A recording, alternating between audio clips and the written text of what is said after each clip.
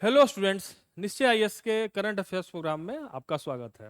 आज current affairs में हमारे सामने जो टॉपिक है आप देख पा रहे हैं, बहुत ही इंटरेस्टिंग टॉपिक है। भारत की एस&पी क्रेडिट रेटिंग में सुधार। एस&पी जो कि अंतर्राष्ट्रीय साख एजेंसी है, उसने भारत की क्रेडिट रेटिंग में सुधार किया है। यह न्यूज है। इसका जो सोर्स है, इंडियन एक्सप्रेस में एक न्यूज आया था, S and P rating upgrade, how India earned it and what lies ahead. ठीक है, जैसा कि न्यूज के हेडिंग से आपको समझ में आ पा रहा होगा कि इंडिया ने इसको कैसे अचीव किया है, जो अभी क्रेडिट रेटिंग में एस&पी में सुधार किया है भारत का, और साथ ही साथ इस सुधार के मायने क्या है। तो इसी संदर्भ में हम इस न्यूज में बात करेंगे, जो कि बहुत ही आपके लिए महत्वपूर्ण होने वाला है, पीटी पॉइंट ऑफ व्यू से और मेंस पॉइंट ऑफ व्यू से भी। क्योंकि अगर किसी देश की क्रेडिट सुधरती है, यानी साख सुधरती है, तो बहुत सारे उसके मायने होते हैं। उस मायने को हम समझेंगे इस न्यूज में, इस टॉपिक में। साथ ही समझेंगे कि इंडिया ने क्या इस तरीके से सुधारात्मक कदम किया कि उसकी जो रेटिंग है एस&पी ने सुधार किया। इन दोनों प्रश्नों पर इस टॉपिक को हम समझेंगे, और साथ ही हम एस&पी के बारे में भी जानेंगे थोड़ा सा कि एस&पी एक्चुअली करती क्या है और किन किन आधारों पे जो है देशों को रेटिंग, क्रेडिट रेटिंग प्रदान करती है, उन आधारों को भी समझेंगे। और उन आधारों पे भारत का जो प्रदर्शन है वो अभी किस प्रकार से खरा उतरा है, और आने वाले समय में भारत के समय क्या चुनौतियां होगी उस पर भी हम चर्चा करेंगे। किस प्रकार से भारत जो है और अपने क्रेडिट रेटिंग को सुधार कर सकता है। साथ ही जो है भारत के जो पीयर कंट्री हैं उनका इसमें क्या प्रदर्शन है उसको भी हम देखेंगे। और हम देखेंगे कि भारत किस प्रकार से और सुधार करके अपने क्रेडिट रेटिंग को और भी सुधार कर सकता है। साथ ही साथ साथ जो क्रेडिट रेटिंग प्रदान करने के जो पैमाना है, उस पैमाना को भी हम देखेंगे इस टॉपिक में।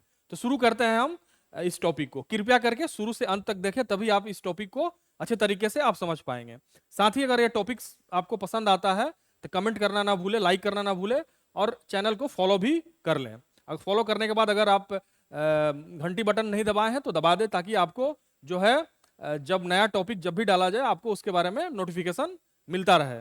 ठीक है, ताकि हमको आपका प्यार और समर्थन मिलता रहे, ताकि हम लगातार वीडियो बनाने के लिए, आपके लिए कुछ रुचिकर जानकारी लेकर आने के लिए लगातार मोटिवेट होते रहें। ठीक है, तो शुरू करते हैं यह टॉपिक। देखिए, सबसे पहले हम जान लेते हैं या देख लेते हैं कि हालिया समाचार इसके संदर्भ में क्या है। जैसा कि मैं शुरू में ही चर्चा किया कि standard and poor rating agency ने भारत की जो रेटिंग थी उस रेटिंग में सुधार किया। क्या सुधार किया है वो देखते हैं। देखिए, हाल ही में S and P, standard and poor global rating agency ने भारत की सॉवरेन रेटिंग को BBB- से बढ़ाकर BBB कर दिया, मतलब अपग्रेड कर दिया, जो लगभग 2 दशकों में देश की रेटिंग में पहली बढ़ोतरी है। सबसे बड़ा यह बहुत बड़ी महत्वपूर्ण उपलब्धि है भारत के लिए कि पिछले 2 दशकों से लगातार भारत सरकार मांग कर रही थी क्रेडिट रेटिंग एजेंसी से कि हमारे जो जो सॉवरेन रेटिंग है हमारी, उसमें सुधार किया जाए।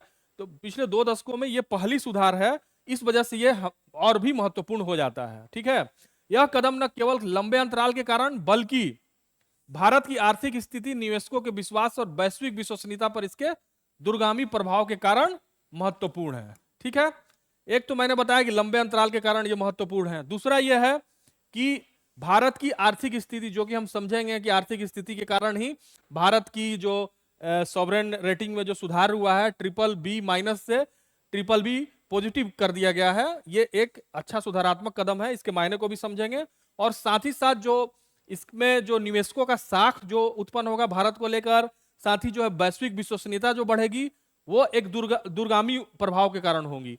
तो इन सारे चीजों पे हम इसमें डिस्कस करेंगे। ठीक है, अब हम थोड़ा सा समझ लेते हैं कि एस&पी ग्लोबल है क्या एक्चुअली। आपको समरी में एक लाइन में बताया गया कि एक ग्लोबल रेटिंग एजेंसी है। ठीक है, एस&पी ग्लोबल, जिसे स्टैंडर्ड एंड पुअर ग्लोबल के नाम से भी जाना जाता है, एक प्रमुख अंतरराष्ट्रीय क्रेडिट रेटिंग एजेंसी है। सीधा सा आपको शुरू में ही बता दिया गया, वही ये लाइन भी अंतरराष्ट्रीय क्रेडिट रेटिंग एजेंसी है। ठीक है, ये लाइन भी कह रहा है, इसका पूरा नाम है स्टैंडर्ड एंड पुअर ग्लोबल। ठीक है, अब ये देशों को रेटिंग तो प्रदान करती ही है, और भी किन किन चीजों में रेटिंग प्रदान करती है उसको देखते हैं। देखिए, यह सरकारों, मतलब देश के सरकारों को, निगमों, वित्तीय साधनों की साख का आकलन करती है, और निवेशकों को वित्तीय जोखिम का स्वतंत्र मूल्यांकन प्रदान करती है। इसका मतलब यह हुआ कि जो ये साख प्रदान करती है, उस साख का इफेक्ट निवेशकों पर बहुत बड़े पैमाने पर पड़ता है। अगर ये क्रेडिट रेटिंग भारत की बढ़ाती है तो जितने भी वर्ल्ड में निवेशक हैं वो भारत में निवेश करने के लिए उत्सुक होंगे या तत्परता दिखाएंगे। जब वो तत्परता दिखाएंगे तो जाहिर सी बात है कि भारत की इकोनॉमी के लिए वो बेहतर अवसर होगा। अब देखिए क्रेडिट रेटिंग क्यों मायने रखती है। मोटा मोटा आपको समझ में आ गया होगा, लेकिन थोड़ा सा डिटेल में समझिए। देखिए क्रेडिट रेटिंग किसी देश की साख का आकलन करती है, उधार ली गई धनराशि को चुकाने की उसकी क्षमता और इच्छा को भी दर्शाती है। जैसे मान लीजिए कि कोई देश ने अंतर्राष्ट्रीय एजेंसी संस्था, मान लीजिए आईएमएफ से या किसी भी ऐसी अंतर्राष्ट्रीय संस्था से उसने कर्जा लिया है, तो कर्जा लेने के यानी कर्जा यानी ऋण लेने के बाद उसकी देने की क्षमता का आकलन, साथ ही देने की इच्छा भी। बहुत सारी देश ऐसे होते हैं कि ले तो लेते हैं लेकिन देने की इच्छा उनकी नहीं रहती है, तो उस इच्छा का भी पैमाना, उस इच्छा का भी ये बहुत सारे बिंदुओं पे आकलन करती है, तभी ये रेटिंग जो है सुधारती है। साथ ही साथ जो है उसकी क्षमता, उसकी कैपेबिलिटीज कैसी है आर्थिक, उस अर्थव्यवस्था का भी आकलन करती है। ये ठीक वैसे ही है जैसे किसी इंडिविजुअल का, जैसे मान लीजिए कोई इंडिविजुअल लोन लेता है और लोन लेकर उसकी चुकाने की स्थिति, उसकी आर्थिक स्थिति और उसकी चुकाने की इच्छा, तीनों चीज डिपेंड करती है। जैसे कि मान लीजिए कि मैं लोन लिया या आप लोन लिए, तो वो एक क्रेडिट स्कोर जनरेट होता है। उस क्रेडिट स्कोर पे ही जो है कोई भी बैंक जो है आगे लोन आपको प्रदान करती है। ये आप सभी जानते होंगे, जैसे कि अगर आप लोन लेते हैं, अगर लोन नहीं चुकाते हैं तो आपकी क्रेडिट खराब हो जाती है, क्रेडिट स्कोर, तो आगे आप लोन लेने की जो है आपकी कैपेसिटी नहीं रहती है। तो इसलिए बैंक भी जो है किसी भी इंडिविजुअल को लोन देने से पहले उसका क्रेडिट स्कोर चेक करती है, जो कि पैन नंबर से पता चल जाता है। पैन जो है आपके लेन देन, वित्तीय लेन देन का पूरा लेखा जोखा होता है पैन के आधार पर, ये आप सभी जानते होंगे। ठीक उसी प्रकार ये देश के संदर्भ में है कि देश अंतर्राष्ट्रीय स्तर पर किस तरीके से वो लेन देन कर रहा है, लेन देन में उसकी क्या व्यवहार है, साथ ही उसकी आर्थिक क्षमता क्या है, इकोनॉमिक कैपेसिटी क्या है, वो किस किस कैपेसिटी को धारण करता है और वो दे पाएगा क्या नहीं। इन सारे चीजों का आकलन करने के बाद ही किसी देश का क्रेडिट रेटिंग दी जाती है। ठीक है। चूंकि भारत सहित अधिकांश सरकारें राजकोषीय घाटे जैसे 2025-26 में 15.69 लाख करोड़ को पूरा करने के लिए सालाना उधार लेती है। इसलिए उच्च रेटिंग उधारदाताओं को विश्वसनीयता का संकेत देकर उधार लेने की लागत को कम करती है। अब भारत ही नहीं, बहुत सारे ऐसे देश हैं, जैसा कि भारत का जो है राजकोषीय घाटा 2025 में 25-26 में 15.69 लाख करोड़ है।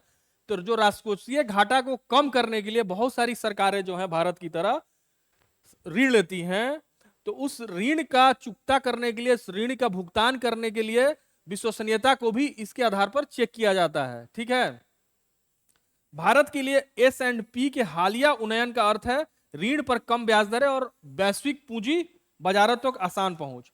अब इसमें दो चीजें भारत को बहुत ही फायदा होगा, जो ऋण में, जो उसके क्रेडिट रेटिंग में जो सुधार हुआ है, BBB- से BBB पॉजिटिव यानी निगेटिव से पॉजिटिव जो हो गया है, उससे जो है उसको भारत को कम ब्याज पे जो है ऋण मिल सकेगा। ठीक है। इसके अलावा वैश्विक पूंजी पर भारत की पहुंच आसान हो जाएगी पहले की अपेक्षा, क्योंकि पिछले 2 दशकों में पहली बार ऐसा हुआ है कि भारत की क्रेडिट रेटिंग को सुधारा गया है। ठीक है।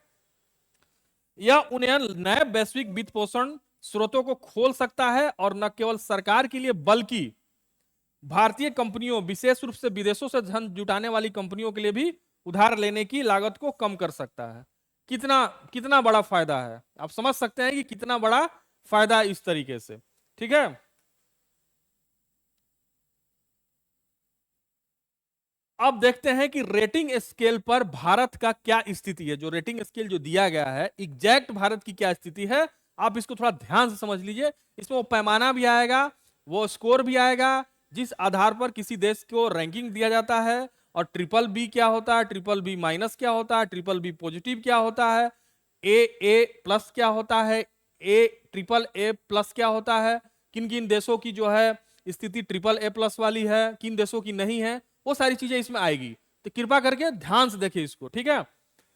S&P के साथ भारत की क्रेडिट रेटिंग में इसी श्रेणी में सुधार हुआ है, जो BBB निवेश ग्रेड में सबसे निचला से बढ़कर BBB हो गया है, जो अधिक स्थिर है लेकिन फिर भी निवेश ग्रेड रेटिंग का प्रवेश स्तर है। जो पहले था वो रिस्क पे था ट्रिपल बी माइनस, लेकिन अब क्या है कि जब पॉजिटिव हुआ है तो एक स्थिरता है, उसमें स्थिर हो गया है पहले से। तो स्थिर होने के बावजूद भी जो है ये निवेश के ग्रेड रेटिंग में अभी प्रवेश का स्तर है, मतलब कि अभी भारत को अभी लंबा सफर तय करना है एज कंपेरिजन टू और भी जो बड़ी इकोनॉमी है उनकी तुलना में। ठीक है, क्रेडिट रेटिंग को मोटे तौर पर दो श्रेणियों में विभाजित किया जाता है, निवेश ग्रेड निवेशकों के लिए सुरक्षित, और सट्टा ग्रेड जोखिम भरा जिसमें पुनर्भुगतान की कम अनुमानित होता है।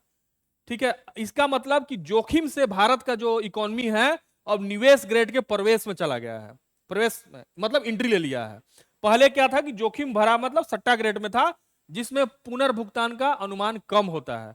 तो जाहिर सी बात है कि अगर वहां भारत का पहुंचा है तो निवेश भी आएगा, निवेश आएगा तो भारत की इकोनॉमी के लिए बेहतर होगा, भारत की इकोनॉमी के लिए बेहतर होगा तो रोजगार पैदा होगी, रोजगार पैदा होगी तो हम जैसे नौजवानों को भी फायदा होगा, आप जैसे नौजवानों को भी फायदा होगा। ठीक है, तो इसका एक बिल्कुल सर्किल है। निवेश ग्रेड में ट्रिपल बी सबसे निचला स्तर है। एस एंड पी के अनुसार बीबी रेटिंग वित्तीय प्रतिबद्धताओं को पूरा करने की पर्याप्त क्षमता लेकिन प्रतिकूल आर्थिक परिस्थितियों के प्रति अधिक संवेदनशीलता को दर्शाती है। मतलब वित्तीय प्रतिबद्धताएं हैं लेकिन वित्तीय प्रतिकूल आर्थिक परिस्थितियों के प्रति अधिक संवेदनशील हो सकता है वो देश। मतलब कहने का मतलब यह है कि अभी स्थिति उसकी थोड़ी सुधरी है लेकिन और भी सुधार की गुंजाइश बनी हुई है। अगले स्तर बीबी प्लस हैं, उसके बाद ए, डबल ए और ए श्रेणियां हैं जिसमें ए ट्रिपल ए वित्तीय दायित्वों को पूरा करने की सबसे मजबूत क्षमता को दर्शाती है। अब देख लीजिए कि जो भारत का किया गया है उसके बाद जो है ए है, डबल ए है और ट्रिपल ए श्रेणियां हैं जिसमें ट्रिपल ए वित्तीय दायित्वों को पूरा करने की सबसे मजबूत क्षमता को दर्शाती है। ठीक है, मतलब कहने का मतलब यह है कि जो श्रेणियां हैं ये क्रम से रूप में है। जब बी पॉजिटिव के बाद ए आता है, फिर डबल ए आता है, फिर ट्रिपल ए आता है। ठीक है, और ट्रिपल ए जो है वित्तीय दायित्वों को पूरा करने की सबसे मजबूत क्षमता को दर्शाता है। ठीक है, तो ये आप समझ गए होंगे कि भारत का क्या स्थिति है और क्या क्या जो है श्रेणी होती है। अब हम देखते हैं इस प्रकार जबकि भारत का उन्नयन बेहतर वित्तीय विश्वसनीयता का संकेत देता है, मजबूत रेटिंग स्तरों तक पहुंचने में पहले इसे अभी कुछ और करना है। जाहिर सी बात है कि अभी यहां पहुंचेगा तो और भी इसको सुधारात्मक कदम होना अपनाना होगा, अपनी आर्थिक व्यवस्था को और भी सुदृढ़ करना होगा, तब इन श्रेणियों में हम पहुंचेंगे तो इजी वे में हमको और भी ऋण मिल सकेगा, ऋण और भी सस्ता होगा, निवेशकों की और भी विश्वसनीयता बढ़ेगी, और भी हम कैपेबल हो सकेंगे, बाहरी ऋण तक पहुंच में हमारी आसान पहुंच होगी। ठीक है, अब देखिए भारत के आर्थिक बुनियादी ढांचों में लगातार सुधार, ये लगातार जो सुधार हुआ है बुनियादी ढांचे में उसके कारण ही जो है स्टैंडर्ड पुअर रेटिंग एजेंसी ने यह भारत की रेटिंग में सुधार किया है। तो आर्थिक सुधार लगातार क्या हुआ है उसको हम लोग समझते हैं। देखिए स्टैंडर्ड और पुअर द्वारा भारत की हालिया रेटिंग में सुधार दो प्रमुख सुधारों राजकोषीय अनुशासन और आर्थिक विकास पर आधारित है। मतलब फिजिकल जो अनुशासन बरता गया और साथ ही साथ जो आर्थिक वृद्धि लगातार जारी है, इन दो बिंदुओं के आधार पर ही भारत की रेटिंग जो है ट्रिपल बी माइनस से ट्रिपल बी कर दिया गया। तो ये इस वजह से ही किया गया। ठीक है, राजकोषीय उत्तरदायित्व और बजट प्रबंधन अधिनियम 2003 के तहत राजकोषीय घाटे के लक्ष्यों को वर्षों तक पूरा न कर पाने के बाद सरकार ने महामारी की बात से आक्रामक समेकन दिखाया है। जो कि आप जानते हैं कि राजकोषीय उत्तरदायित्व बजट प्रबंधन अधिनियम 2003 के अनुसार अपने राजकोषीय घाटे को हमको 4% तक सीमित रखना होता है जीडीपी का, लेकिन जो है कई वर्षों तक इस लक्ष्य को हम प्राप्त नहीं कर पाए, इवन बहुत ज्यादा रहा हमारा घाटा। लेकिन और जो महामारी आई जैसा कि 19, 20, 21 के दौरान जो पूरे वर्ल्ड में महामारी आई थी उसका असर भारत में भी देखने को मिला। उस महामारी के बाद जो है और भी हमारा राजकोषीय घाटा बढ़ गया था, लेकिन उसके बाद जो है भारत सरकार ने और भी आक्रामकता से इसका समेकन किया, इसको धीरे धीरे राजकोषीय उत्तरदायित्व प्रबंधन अधिनियम के तहत हमारा जो लक्ष्य है उसको पहुंचने के लिए तमाम प्रयास किए, तमाम सुधारात्मक प्रयास किए, जिसका जो है फायदा ये हुआ कि 2020-21 में सकल घरेलू उत्पाद के 9.2 से घटकर 2025-26 में अनुमानित 4.4% कर दिया गया है। आप समझ सकते हैं कि जो सकल घरेलू उत्पाद का जो 9.2% था हमारा राजकोषीय घाटा 2020-21 में, उसका कारण था कि एक महामारी आई हुई थी कोरोना, उसके कारण जो है हमारा राजकोषीय घाटा बहुत ज्यादा बढ़ गया था। लेकिन तमाम सुधारात्मक उपाय करने के बाद ये हुआ कि 2025-26 में 4.4%, जो कि अनुमानित है, कर दिया गया है। तो ये जो सुधार जो हुआ है राजकोषीय अनुशासन के तहत हुआ है, ये एक पॉजिटिव जो है मैसेज गया है क्रेडिट एजेंसी को कि भारत राजकोषीय अनुशासन के प्रति प्रतिबद्ध है। और जो एफआरबीएम एक्ट में हमारा जो लक्ष्य है कि हम अपने जीडीपी का 4% से अधिक नहीं होंगे, लगभग उसके आसपास पहुंच चुका है भारत। ठीक है। वहीं 2030-31 तक ऋण जीडीपी अनुपात को 57.1% से घटाकर 49 से 51 करने की योजना है। जो हमारा ऋण जीडीपी का जो अनुपात है अभी जो है 2030-31 तक 49 से 51% करना है, जो कि वर्तमान में बढ़कर 57.1% हो गया है। भारत ने इसके लिए तमाम योजनाएं भी बनाई हुई हैं, तमाम प्रयास भी करेगा। जैसे इसको इस लक्ष्य को प्राप्त किया है, उसी तरह इस लक्ष्य को भी 2030-31 तक प्राप्त कर ले, ये ऐसी हमारी योजना है। ठीक है। हम अनुमान जताते हैं कि जिस प्रकार भारत सरकार ने इसको जो है प्राप्त किया इस लक्ष्य को, यानी राजकोषीय घाटा का जो अनुमानित दर है 4.4% है, उसी प्रकार जो है ऋण जीडीपी का जो अनुपात है उसको भी 49 से 51% तक प्राप्त कर लेगी निश्चित रूप से। अगर ऐसा कर लेती है भारत सरकार तो वो दिन दूर नहीं कि जब हम जो हमारी जो क्रेडिट रेटिंग होगी ए श्रेणी में हम पहुंच जाएंगे BBB से। विकास के संदर्भ में 2024-25 में 6.5 तक धीमी होने के बावजूद भारत दुनिया की सबसे तेजी से बढ़ती बड़ी अर्थव्यवस्थाओं में से एक बना हुआ है। विकास की धीमी गति जरूर हुई है, 2011 तक हमारा 8 से 9% था, लेकिन 11 के बाद जो है लगातार कमोबेश हम 6 के आसपास ही वृद्धि दर बनाए हुए हैं। एक बड़ी अर्थव्यवस्था के लिए लगातार 15 साल तक 6 के आसपास जो है वृद्धि दर बनाए रखना, ये अपने आप में एक उपलब्धि कहा जा सकता है। इस उपलब्धि के आधार पर जो है भारत दुनिया की सबसे तेजी से बढ़ने वाली बड़ी अर्थव्यवस्था है। ठीक है। S&P ने भारत के मुद्रास्फीति प्रबंधन की भी प्रशंसा की है, क्योंकि जुलाई 2025 में मुख्य मुद्रास्फीति दर घटकर 1.55 रह गई, जो 2017 के बाद से सबसे कम है।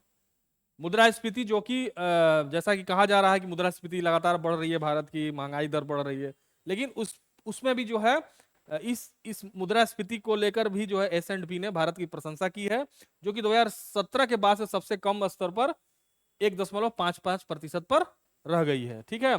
कम स्थिर मुद्रास्फीति रिटर्न की सुरक्षा, मुद्रा स्थिरता का समर्थन और सामाजिक जोखिमों को कम करके निवेशकों का विश्वास बढ़ाती है। ठीक है।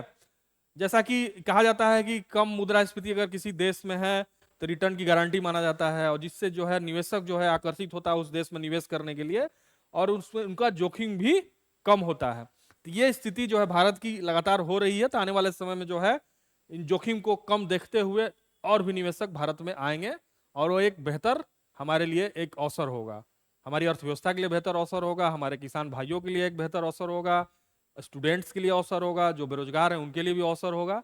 तो ये कहा जा सकता है कि एक बेहतर भारत के लिए एक जो बेहतर या सकारात्मक समाचार है। ये सभी कारक मिलकर भारत के राजकोषीय लचीलेपन, विकास की मजबूती और आर्थिक प्रबंधन में विश्वसनीयता को उजागर करते हैं, जो लंबे समय से प्रतीक्षित उन्हें इनको उचित ठहराते हैं। जो सभी कारक जो भारतीय अर्थव्यवस्था में अभी आपने देखा, ये जो अभी जो अपग्रेडेशन हुआ है ट्रिपल बी माइनस से BBB हो गया है, तो इस अपग्रेडेशन को उचित ठहराते हैं। भारत ने राजकोषीय अनुशासन को दिखाते हुए अपने राजकोषीय जो घाटा है उसको कम किया है, फिर उसके साथ साथ जो है मुद्रास्फीति को भी कंट्रोल किया है। इन सारे आधार पे कहा जा सकता है कि भारत जो आर्थिक स्थिति होती है, जो आर्थिक जो कंडीशन होते हैं किसी भी रेटिंग एजेंसी के लिए, उसको सुधारने के लिए, उसको अपग्रेड करने के लिए, वो बिल्कुल ये मुख्य बिंदु ये सारे उभर कर आ रहे हैं, जो कि एक बेहतर कदम कहा जा सकता है। अब देखिए, अभी तक तो हमने समझा कि भारत ने बेहतर क्या क्या किया, स्टैंडर्ड एंड पुअर का क्या काम है, किन किन आधारों पर भारत की रेटिंग को उसने सुधारात्मक कदम दिया है। फिर हमने समझा कि स्टैंडर्ड रेटिंग के कौन कौन से बी प्लस क्या होता है, ए क्या होता है, ट्रिपल ए क्या होता है। तो उन सारी चीज़ों को हमने समझा। भारत की अर्थव्यवस्था किस प्रकार से लगातार बेहतर प्रदर्शन की, जिस वजह से जो है स्टैंडर्ड एंड पुअर ने इसके रेटिंग को सुधार दिया। ये सब सारी चीज़ों को हमने समझा। अब हम समझते हैं कि भारत जो है और बेहतर कैसे कर सकता है। जब अपने पीयर जो कंट्री है उनके प्रदर्शन को भी देखेगा कि भाई जो पीयर जो कंट्री हैं, हमारे साथ की जो कंट्री हैं, वो क्या क्या उपाय अपना रहे हैं कि उनका जो है रेटिंग हमसे बेहतर है। तभी और भी हम अपने रेटिंग को बेहतर कर पाएंगे, क्योंकि अभी हम जस्ट प्रवेश स्तर में घुसे हैं। ठीक है, आप समझते हैं भारत की अपनी triple B rating Greece, Mexico और इंडोनेशिया जैसे देशों के साथ साझा करता है। जो ग्रीस है, मैक्सिको और इंडोनेशिया जो देश हैं, उनकी भी रेटिंग जो है स्थिर हो गई है, जोखिम से स्थिर। मतलब अगर ट्रिपल बी माइनस है ये जोखिम है, और केवल ट्रिपल बी आ गया तो स्थिर हो गया।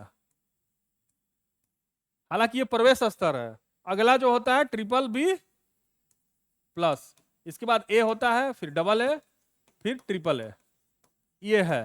ठीक है, ये पैमाना है। ये इस रेटिंग के आधार पर ही जो है निवेशक देखते हैं कि किस देश का क्या रेटिंग है। तो ये स्थिर माना जाता है। भारत अभी यहाँ निगेटिव में था तो जोखिम था, लेकिन जब पिछले 2 दशकों के बाद जो है ये सुधार हुआ है, तो इस स्थिर वाले समूह में आकर वो जो है ग्रीस और मैक्सिको और इंडोनेशिया के साथ शामिल हो गया है। अब हम समझते हैं कि ट्रिपल ए रेटिंग के साथ सबसे ऊपर ऑस्ट्रेलिया है, कनाडा है, डेनमार्क है, जर्मनी है। जैसी डेवलप्ड इकोनॉमी का केवल जो है इन्हीं देशों का ट्रिपल ए रेटिंग है। यानी वहां पे निवेशक अगर पैसा लगाएगा तो उच्च रिटर्न तो मिलेगा ही, और साथ ही साथ जो निवेश जो करेगा उसके पैसा की सुरक्षा की भी गारंटी रहेगी, वो पैसा डूबेगा नहीं। तो ये एक सबसे, साथ ही साथ इन देशों को जो है इजी वे में ऋण भी मिलेगा अगर इंटरनेशनल मार्केट से उनको जरूरत पड़ती है, तो कम जो है लागत पर, कम जो है इंटरेस्ट पर, ये फायदा है। ठीक है, तो ये आप समझ लीजिए कि ट्रिपल ए रेटिंग किन किन देशों का है। ऑस्ट्रेलिया है, कनाडा है, डेनमार्क है और जर्मनी जैसे एडवांस्ड इकोनॉमी। ठीक है, तो एडवांस इकोनॉमी के बहुत सारे पैमाना होते हैं। उन पैमाना पे अगर भारत भी बेहतर प्रदर्शन करेगा, खासकर राजकोषीय प्रबंधन तो कर लिया है, जो है क्या नाम है कि वित्तीय घाटे को कम करेगा, या फिर इन्फ्लेशन को कम करेगा, और ऋण अनुपात को भी कम करेगा, जीडीपी ऋण अनुपात को। इन सारे पैमाने पर अगर भारत और भी सुधार करता है तो हम ट्रिपल बी से ट्रिपल बी प्लस तक पहुंच जाएंगे। फिर ए ग्रेड में अगर हम चले जाते हैं तो हमारी अर्थव्यवस्था के लिए वो बेहतर होगा। ठीक है, हालांकि सबसे धनी देश हमेशा उच्चतम रेटिंग बनाए नहीं रख पाते हैं, ये भी एक है कि सबसे धनी देश। अब इसमें हम अमेरिका के उदाहरण से समझेंगे कि क्यों ये बात कह रहा है। उदाहरण के लिए 2011 में S&P ने यूएसए की रेटिंग घटाकर ए प्लस कर दी थी, जिससे बढ़ती ऋण चिंताओं के कारण उसकी ट्रिपल ए रेटिंग टूट गई। अमेरिका जैसे देश का भी जो ट्रिपल ए रेटिंग था पहले, उसको घटाकर ए प्लस कर दिया था S&P ने 2011 में। तो ये एक कहा जा सकता है कि जो एडवांस्ड इकोनॉमी है, कोई जरूरी नहीं है कि उनकी रेटिंग हमेशा ए बनी रहे। उनको भी कई गंभीर चिंताओं का, गंभीर चुनौतियों का सामना करना पड़ता है, उन चुनौतियों का समाधान करना पड़ता है। उसके आधार पर जो है उसमें जो रिजल्ट है, उस रिजल्ट के आधार पर S&P रेटिंग देती है। अब समझते हैं कि जो क्रेडिट रेटिंग का क्या भविष्य है, भारत की क्रेडिट रेटिंग का भविष्य क्या है। अभी तो आपने समझ लिया कि इस पैमाना पे अगर करेगा तो हम भी एडवांस्ड इकोनॉमी की तरह ट्रिपल ए में शामिल होने के लिए अग्रसर हो सकते हैं। अगर ट्रिपल ए में अग्रसर होंगे तो जाहिर सी बात है कि हमारी अर्थव्यवस्था के लिए वो बेहतर होगा। अब समझते हैं कि भविष्य क्या है। इस अपग्रेड से तत्काल लाभ होगा, खासकर सरकार के लिए कम उधारी लागत। हालांकि उच्च रेटिंग की ओर अगला कदम आसान नहीं होगा।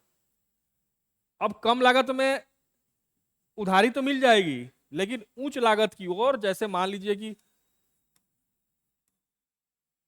ट्रिपल बी से फिर ट्रिपल बी प्लस या ए की तरफ बढ़ना, मतलब उच्च रेटिंग है उसकी तरफ बढ़ना आसान नहीं होगा। भारत के लिए बहुत बड़ी चुनौती है अभी। ठीक है, S&P ने संकेत दिया है कि आगे का अपग्रेड संरचनात्मक आधार पर केंद्र और राज्यों के संयुक्त राजकोषीय घाटे को जीडीपी के 6% से नीचे लाने पर निर्भर करता है।